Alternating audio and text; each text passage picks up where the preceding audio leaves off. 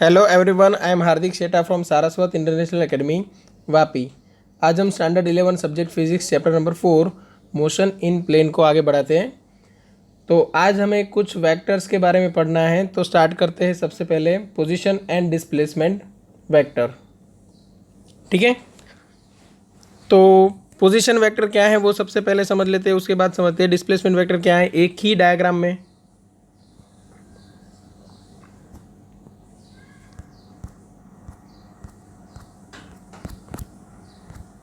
Okay,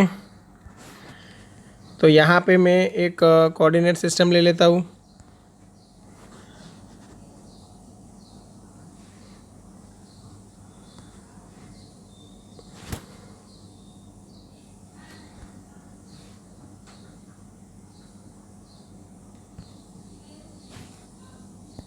okay, suppose कोई एक object initially यहाँ पे है, मतलब पी पोजीशन पे है।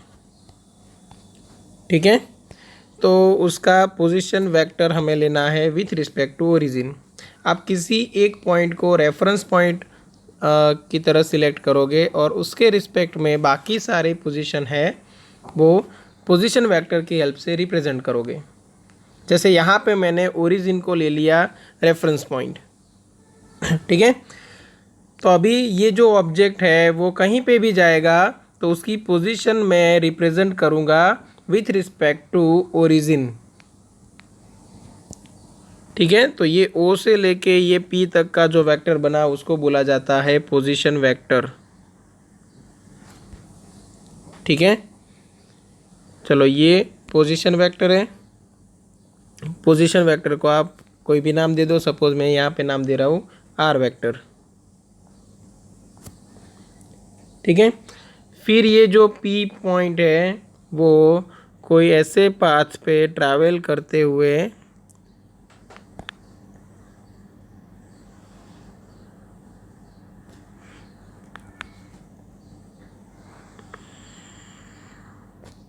यहाँ तक पहुँचा, सपोज ये पोजीशन तक, मतलब ये पोजीशन है पी डैश, तो ये फाइनल पोजीशन बन जाएगी आर डैश। फाइनल पोजीशन है वो आर डैश। तो यहाँ पे आर एंड आर डैश ये दोनों पोजीशन वेक्टर्स हैं। ठीक है, डिस्टेंस कितना कवर हुआ, तो डिस्टेंस आप बोल सकते हो यहाँ से स्टार्ट करके ये पूरा। ठीक है, डिस्टेंस कवर हुआ है यहाँ से स्टार्ट करके यहाँ तक का। बट अगर मुझे डिस्प्लेसमेंट दिखाना है तो डिस्प्लेसमेंट क्या होता है, shortest distance between initial position and final position. तो यहाँ से सीधा जो ये बनेगा डिस्प्लेसमेंट वेक्टर। इनिशियल पोजीशन पे टेल आएगी वेक्टर की और फाइनल पोजीशन पे हेड। ठीक है, तो ये हो गया डिस्प्लेसमेंट वेक्टर। डिस्प्लेसमेंट वेक्टर को आप कोई भी नाम दे सकते हो। ठीक है, आप अपने हिसाब से नाम दे सकते हो। सपोज मैं यहाँ पे बोल दूँ डेल्टा आर वेक्टर, चलेगा। तो ये हो गया डेल्टा आर वेक्टर। तो यहाँ पे ये पोजीशन वेक्टर है, ये भी पोजीशन वेक्टर है, और ये कौन सा वेक्टर है, displacement vector. Displacement vector always initial position से फाइनल पोजीशन की ओर होगा। और डेल्टा आर जो आपको मिल रहा है डिस्प्लेसमेंट वेक्टर इक्वल टू आप क्या करोगे, final position minus initial position. अब ये पी डैश है, उसकी फाइनल पोजीशन क्या थी, आर डैश। पी की इनिशियल मतलब पी है वो इनिशियल पोजीशन है, तो पोजीशन क्या थी, आर। मतलब delta R vector equal to क्या आएगा, R dash vector minus R vector. ये हो गया डिस्प्लेसमेंट वेक्टर। ठीक है, मतलब यहाँ पे सब्ट्रैक्शन हो रहा है बट विथ डायरेक्शन सब्ट्रैक्शन होगा। चलो ये क्लियर होगा। अब आगे बढ़ते हैं, इक्वलिटी ऑफ वेक्टर्स। इक्वल कब बोले जाते हैं, दो वेक्टर को हम इक्वल कब बोलेंगे, जब उसका मैग्नीट्यूड सेम होगा। बट ना सिर्फ मैग्नीट्यूड, साथ में क्या सेम होना चाहिए, डायरेक्शन भी। ठीक है। तो आपको डेफिनेशन याद रखनी है इक्वल वेक्टर्स के लिए। टू वेक्टर्स, ठीक है, two vectors A vector and B vector are said to be equal if and only if they have the same magnitude and the same direction. मतलब मैग्नीट्यूड डायरेक्शन दोनों same होना चाहिए, तभी आप बोल सकते हैं कि ये दोनों वेक्टर इक्वल है। जैसे मैं यहाँ पे ड्रॉ कर रहा हूँ इक्वल वेक्टर्स। सपोज ये एक वेक्टर है और ये दूसरा वेक्टर है, ठीक है। तो यहाँ पे मैं नाम दे रहा हूँ ये वेक्टर ए और ये वेक्टर बी। तो आप बोल सकते हो vector A is equal to vector B, क्योंकि ये दोनों इक्वल वेक्टर्स है, मैग्नीट्यूड भी सेम है और डायरेक्शन भी सेम है। हाँ, पोजीशन अलग हो सकती है, पोजीशन अलग हो सकती है कि एक है वो थोड़ा ऊपर है, एक थोड़ा नीचे है, ये अलग बात है। क्लियर।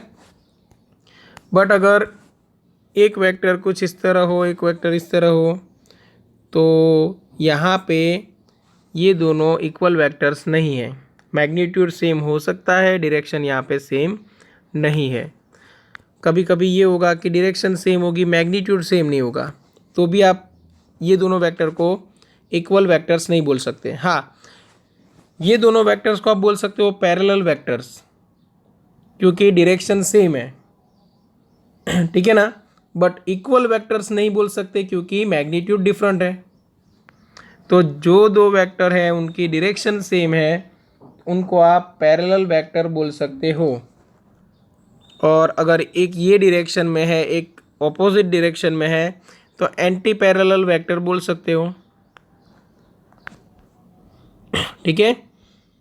चलो, ये इक्वलिटी ऑफ वेक्टर हुआ। अभी देखते हैं multiplication of vector by a real number. तो स्टेटमेंट पहले पढ़ लेते हैं।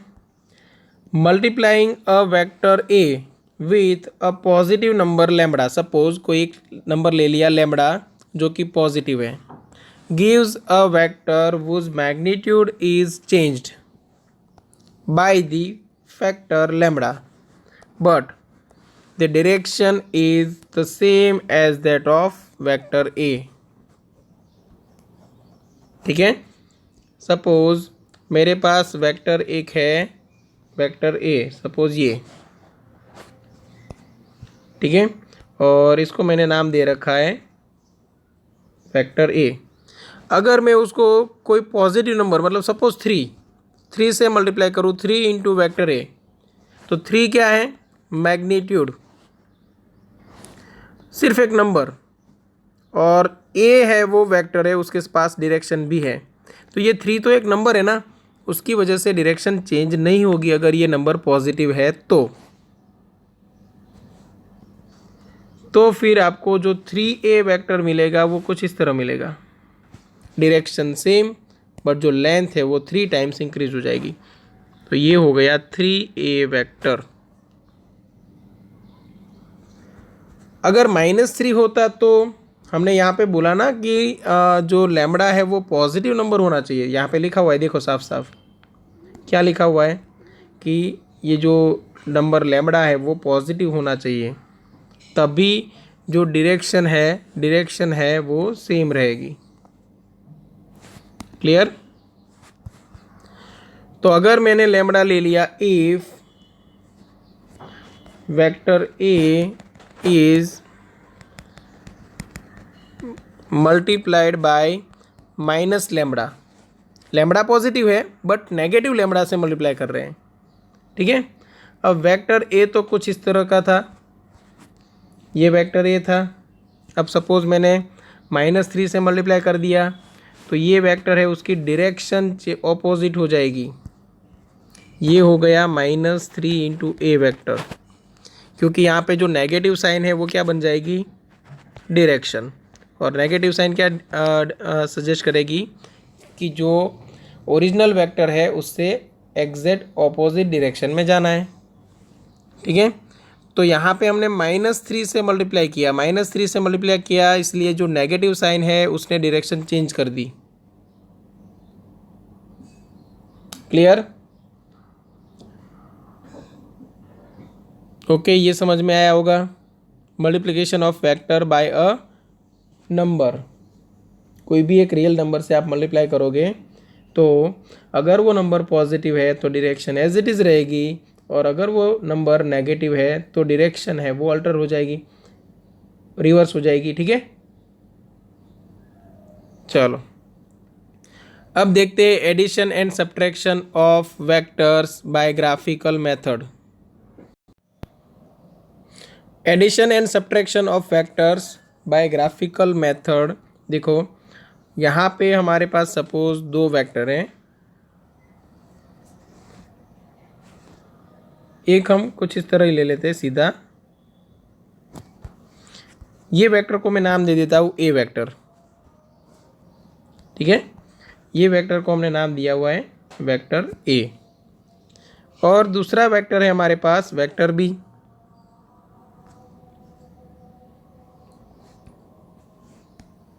तो ये है वेक्टर बी।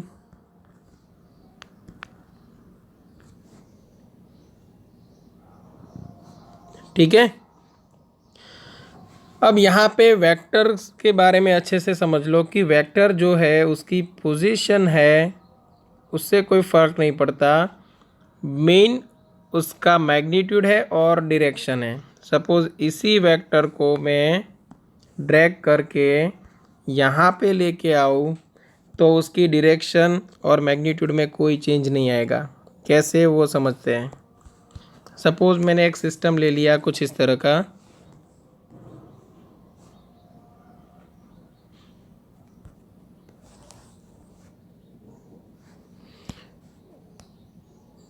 तो ये है एक्स डायरेक्शन और ये है वाई डायरेक्शन। अब मैं बोलूँ कि ये कौन सी डायरेक्शन है, तो ऐसा नहीं कि सिर्फ एक्स डायरेक्शन है वो सिर्फ और सिर्फ आपको यहाँ पे मिलेगी, वो यहाँ पे भी है, यहाँ पे भी है, यहाँ पे भी है। जब भी आप ये राइट हैंड साइड पे जा रहे हो तब आप बोल सकते हो कि एक्स डायरेक्शन में हम जा रहे हैं। ठीक है, मतलब क्या है कि ये सारी डायरेक्शन एक्स डायरेक्शन ही है। यहाँ पे आपको जितनी डायरेक्शंस ऐसे नज़र आ रही है हॉरिजॉन्टल किसी भी पोजीशन पे, वो एक्स डायरेक्शन ही है। अब हमारा वेक्टर है उसको लेके आते हैं। चलो वो सपोज़ यहाँ पे था, तब उसका मैग्नीट्यूड मतलब लेंथ, तो लेंथ में तो कोई चेंज आया नहीं। और सपोज़ ये एंगल है, एक्स एक्सिस के साथ सपोज़ उसने एंगल बनाया है 30 डिग्री या 60 डिग्री, कोई भी ले लो। सपोज़ मैं ले लेता हूँ थीटा। अब उसी वेक्टर को मैं यहाँ से उठा के यहाँ पे रख दूँ, यहाँ पे रख दूँ, चलो, तो क्या उसका मैग्नीट्यूड चेंज होगा, उसकी लेंथ चेंज होगी? नहीं होगी। डायरेक्शन, तो डायरेक्शन हमने दिखाई थी एक्स एक्सिस के साथ एंगल से, तो वो तो वही है थीटा। समझ में आया? मतलब कोई भी वेक्टर है उसको मैं किसी भी पोजीशन पे रखूँ, अगर मैं उसकी डायरेक्शन चेंज नहीं करता, मैग्नीट्यूड चेंज नहीं करता, मतलब वो सेम वेक्टर है। यहाँ पे भी डायरेक्शन थीटा, तो ये वेक्टर और ये वेक्टर दोनों सेम है। ठीक है, तो मतलब क्या कि जो हमें जो प्लेन दिया हुआ है उसके अंदर कोई एक वेक्टर है, उसको हम कहीं पे भी ड्रैग करके रख सकते हैं, ऐसे पकड़ के खींच के कहीं पे भी ले जा सकते हैं, उतनी फ्रीडम है हमें। तो एडिशन सब्ट्रैक्शन के लिए ये बात आपको याद रखनी है। ओके, चलो अभी इन दोनों का मुझे एडिशन करना है। सबसे पहले मैं कर रहा हूँ एडिशन 2 वेक्टर का, तो A vector plus B vector. Suppose resultant vector को हम नाम दे देते हैं R vector. R vector equal to A vector plus B vector करना है। ठीक है, तो मैंने क्या किया, अब सबसे पहले जो वेक्टर ए है वो मैंने रख दिया,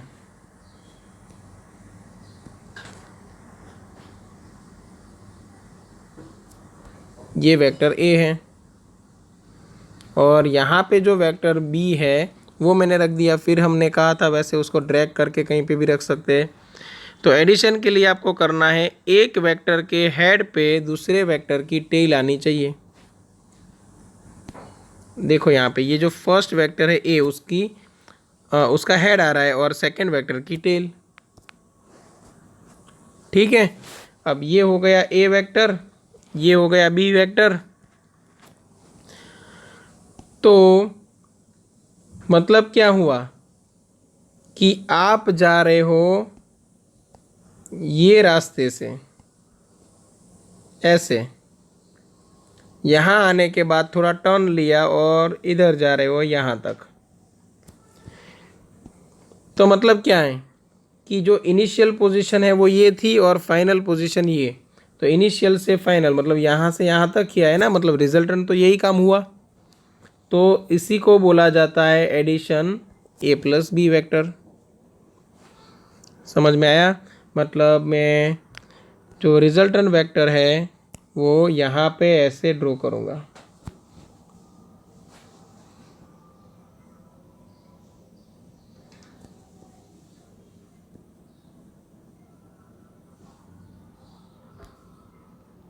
ठीक है, ये बन जाएगा vector A plus vector B, जिसको हमने नाम दिया था रिजल्टेंट वेक्टर आर।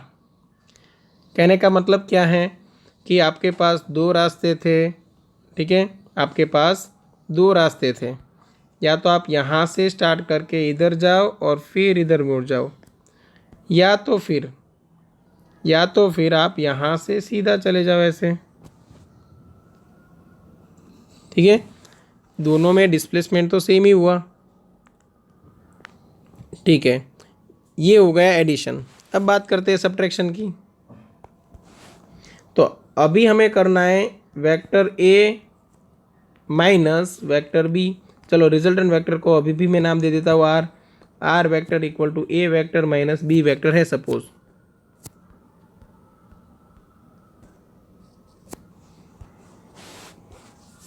ठीक है, इसके लिए दो मेथड है। तो सबसे पहले मैं वेक्टर ए को लेके आता हूँ। चलो, तो ये वेक्टर ए को मैं लेके आया,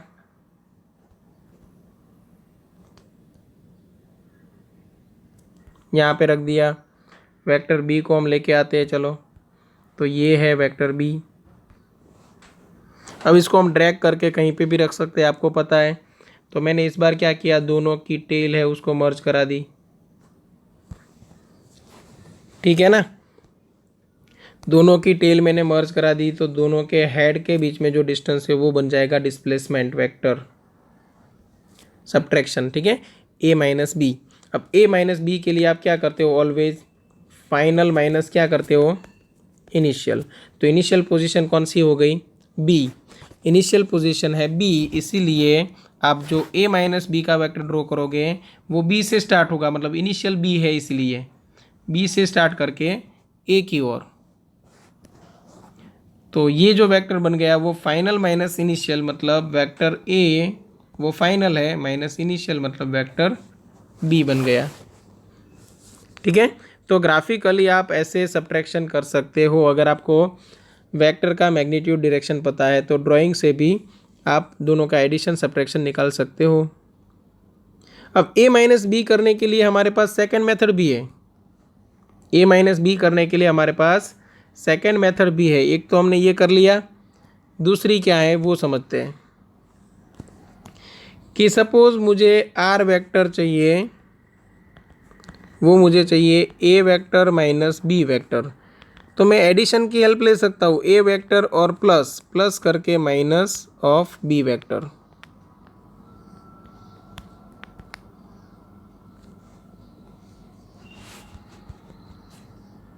अब एडिशन में हम क्या करते थे, एक वेक्टर की टेल और एक वेक्टर की हेड, ये दोनों को मर्ज कराते थे। तो सेम हमें यहाँ पे ऐसा ही कुछ करना है। समझो, यहाँ पे हमारे पास वेक्टर है ए जो कि ऑलरेडी था, उसको मैं एज इट इज़ लिख देता हूँ। ये कौन सा वेक्टर है, ए वेक्टर। और हमारे पास था बी वेक्टर। बी वेक्टर को मैंने एज इट इज़ रखा, बट मैंने कर क्या दिया, ऑपोजिट ले लिया।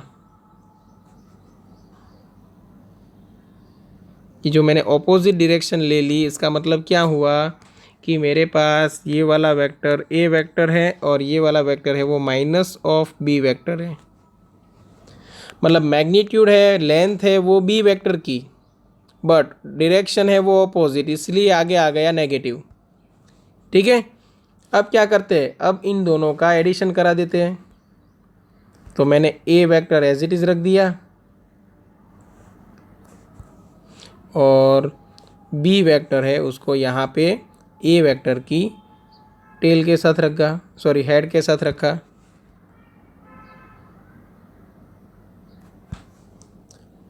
ठीक है, तो यहाँ पे मैंने क्या किया है, ए वेक्टर और यहाँ पे लिया है माइनस बी वेक्टर। अब दोनों का एडिशन कर दूँ तो हो तो गया सब्ट्रैक्शन। ठीक है, और एडिशन करने के लिए क्या करना है कि अगर मैं यहाँ से जाके इधर आऊँ तो इससे अच्छा यहाँ से सीधा चला जाऊँ, तो फिर मुझे जो रिजल्टेंट वेक्टर मिलेगा वो ऐसे मिलेगा।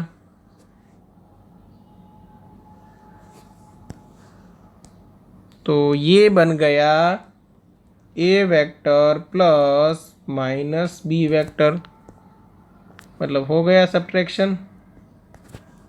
समझ में आया? अब बोलोगे कि सर आप मतलब ये दोनों वेक्टर सेम कहाँ पे हैं? तो दोनों वेक्टर सेम है। देखो यहाँ पे जो रिज़ल्ट मिला था और यहाँ पे जो रिज़ल्ट मिला, दोनों रिज़ल्ट सेम है। कैसे समझो कि ये वेक्टर को अगर मैं ड्रैग करके कहीं पे भी लेके जाऊँ तो यहाँ पे लेके आओ, देखो दोनों सेम है, सेम डायरेक्शन सेम मैग्नीट्यूड। ठीक है,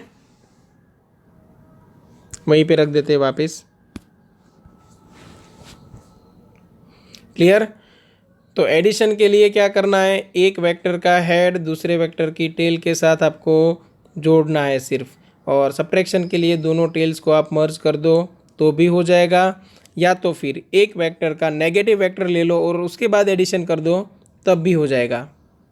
ठीक है, ये हो गया addition and subtraction of vectors by graphical method. अब बात करते हैं नल वेक्टर्स और ज़ीरो वेक्टर। तो नल वेक्टर की definition, null vector zero vector नाम से ही पता चल गया होगा कि मैग्नीट्यूड क्या आएगा, ज़ीरो। जो वेक्टर का मैग्नीट्यूड ज़ीरो है उसको हम बोलते हैं नल वेक्टर। अब डायरेक्शन की तो बात करनी ही नहीं है क्योंकि मैग्नीट्यूड ही ज़ीरो है। तो फिर ये बने कैसे, तो कैसे बनेंगे समझो, एक मेरे पास वेक्टर है ए, उसका मैंने एडिशन कराया माइनस ए के साथ, तो बन गया नल वेक्टर, मतलब ज़ीरो वेक्टर। ठीक है ना? अब वेक्टर क्वांटिटी है, उनका आप एडिशन या सब्ट्रैक्शन करो तो जो क्वांटिटी मिलेगी वो वेक्टर क्वांटिटी मिलेगी। बट यहाँ पे मैग्नीट्यूड हो गया है ज़ीरो और क्वांटिटी है वेक्टर, भले ही उसकी हम डायरेक्शन रिप्रेजेंट ना कर पाए, इसीलिए नाम दिया गया नल वेक्टर या तो ज़ीरो वेक्टर। ठीक है, कैसे मिलेंगे, तो एक वेक्टर मेरे पास था ये ए वेक्टर सपोज, और दूसरा वेक्टर था मेरे पास कुछ इस तरह माइनस ए वेक्टर, ये ए वेक्टर और ये माइनस ए वेक्टर। अब दोनों को मैं मर्ज कर दूँ तो क्या होता है, तो यहाँ से मैं इस तरफ गया और फिर वहाँ से मैं वापस भी आया तो उसी पोजीशन पे आ गया, उसी पोजीशन पे आ गया, इसलिए जो रिजल्टेंट वेक्टर मिला वो मुझे मिला ज़ीरो। ठीक है, तो यहाँ पे याद रखना है, if vector A is added to negative vector A then the resultant vector will have zero magnitude, such vectors are known as null vectors. ठीक है, ये हो गई डेफिनेशन। ठीक है यहाँ तक। अब ज़ीरो वेक्टर के लिए थोड़ा मैथमेटिक्स भी याद रख लो कि अगर किसी वेक्टर में मैं ज़ीरो वेक्टर ऐड करूं, मतलब ए वेक्टर प्लस मैं नल वेक्टर करूं, तो मुझे जो रिजल्टेंट मिलेगा वो ए वेक्टर मिलेगा। नॉर्मल है यहाँ पे देखो। फिर अगर मैं किसी रियल नंबर को नल वेक्टर के साथ मल्टीप्लाई करूँ तो आंसर आएगा नल वेक्टर। अगर नल वेक्टर को वेक्टर ए के साथ या तो सिर्फ ज़ीरो नंबर को वेक्टर ए के साथ मल्टीप्लाई करूँ तो भी मुझे मिलेगा वो नल वेक्टर होगा। ठीक है,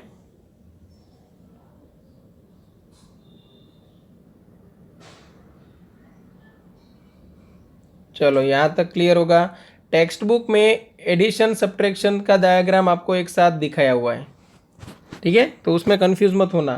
टेक्स्ट बुक में कुछ ऐसा आपको दिखाया हुआ होगा कि सपोज ये वेक्टर है वो ए वेक्टर है, और यहाँ पे जो वेक्टर बन रहा है इस डायरेक्शन में ये बी वेक्टर है। अब इन दोनों का जो रिजल्टेंट बना वो यहाँ से यहाँ तक बन गया, तो ये उन्होंने नाम दिया है R1 vector equal to A vector plus B vector.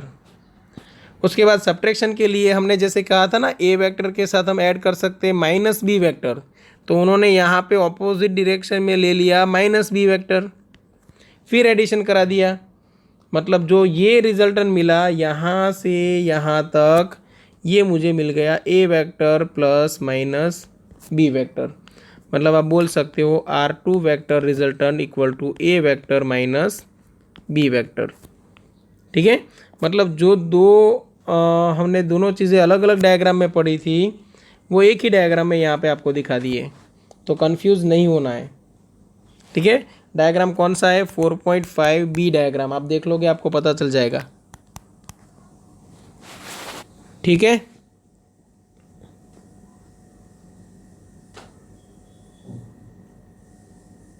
Okay, unit vector बाकी रखेंगे, बट उससे पहले हम देख लेते हैं रिजोल्यूशन ऑफ वेक्टर्स।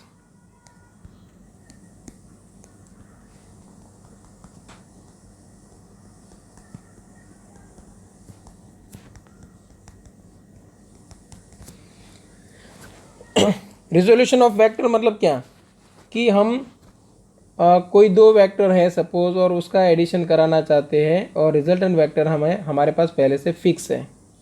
ठीक है, सपोज मेरे पास दो वेक्टर हैं, हम मान के चलते हैं सपोज ये ए वेक्टर और दूसरा है वो बी वेक्टर है।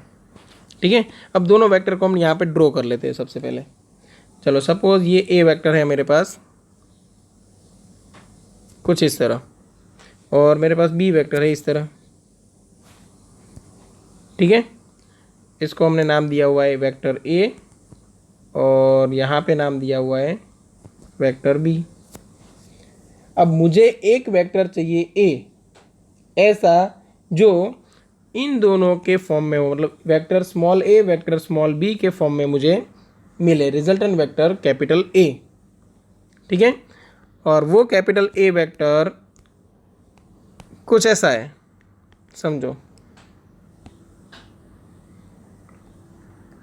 यहाँ से इस तरफ।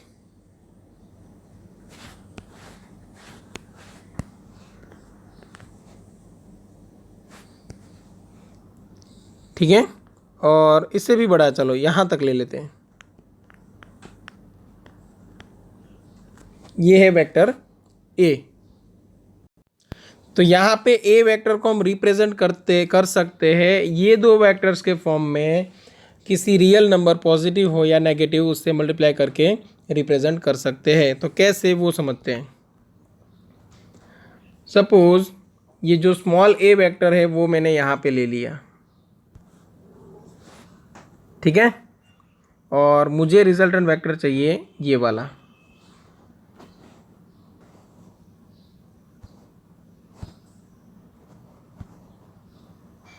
कुछ ऐसे। तो हम क्या करेंगे, स्मॉल बी वेक्टर है उसको यहाँ पे रखेंगे, कहाँ पे, उसकी हेड पे, मतलब एक वेक्टर की टेल को मर्ज कराएंगे टेल के साथ, और दूसरे वेक्टर की हेड को मर्ज कराएंगे ए वेक्टर के हेड के साथ। ठीक है, अब हमें जो ये ए वेक्टर चाहिए वो ये स्मॉल ए और स्मॉल बी के फॉर्म में चाहिए। अब हमें पता है कि कोई रियल नंबर से अगर वेक्टर को मल्टीप्लाई करेंगे तो सिर्फ और सिर्फ मैग्नीट्यूड चेंज होगा, डायरेक्शन चेंज नहीं होगी। तो मतलब मैं कोई रियल नंबर से मल्टीप्लाई करके इसको कितना भी दूर तक मैं एक्सटेंड कर सकता हूँ। सेम वे यहाँ पे जो मेरे पास बी वेक्टर था उसको भी मैं कितना भी एक्सटेंड कर सकता हूँ। बस अभी यही कर देना है, इसको मैं एक्सटेंड करूँगा यहाँ तक, और उतना एक्सटेंड करने के लिए सपोज मुझे किसी एक रियल नंबर लैम्बडा से मल्टीप्लाई करना पड़ा, तो ये वेक्टर बन गया मेरे लिए lambda into A vector. Same way B को मुझे एक्सपांड करना है, यहाँ तक मुझे स्ट्रेच करके लेके आना है, तो कोई एक रियल नंबर सपोज म्यू से मल्टीप्लाई करना पड़ा, तो ये बन गया म्यू बी। ठीक है, तो ऐसे आप बोल सकते हो कि हमने ए वेक्टर को रिजोल्व किया small a and small b के फॉर्म में, कुछ इस तरह lambda into A vector plus mu into B vector.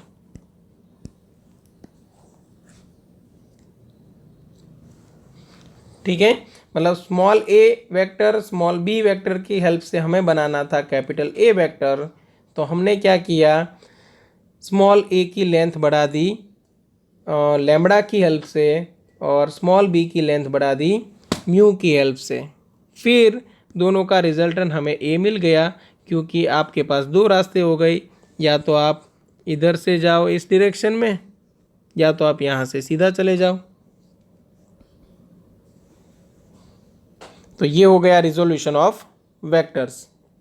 ठीक है, अभी नेक्स्ट लेक्चर में हम यूनिट वेक्टर से आगे बढ़ाएंगे थोड़ा पोर्शन, और यहाँ तक अगर किसी को डाउट है तो कांटेक्ट कर सकता है। ठीक है, चलो यहाँ तक रखते हैं, और कोई डाउट है तो व्हाट्सएप पे कांटेक्ट कर लेना। ठीक है, थैंक यू।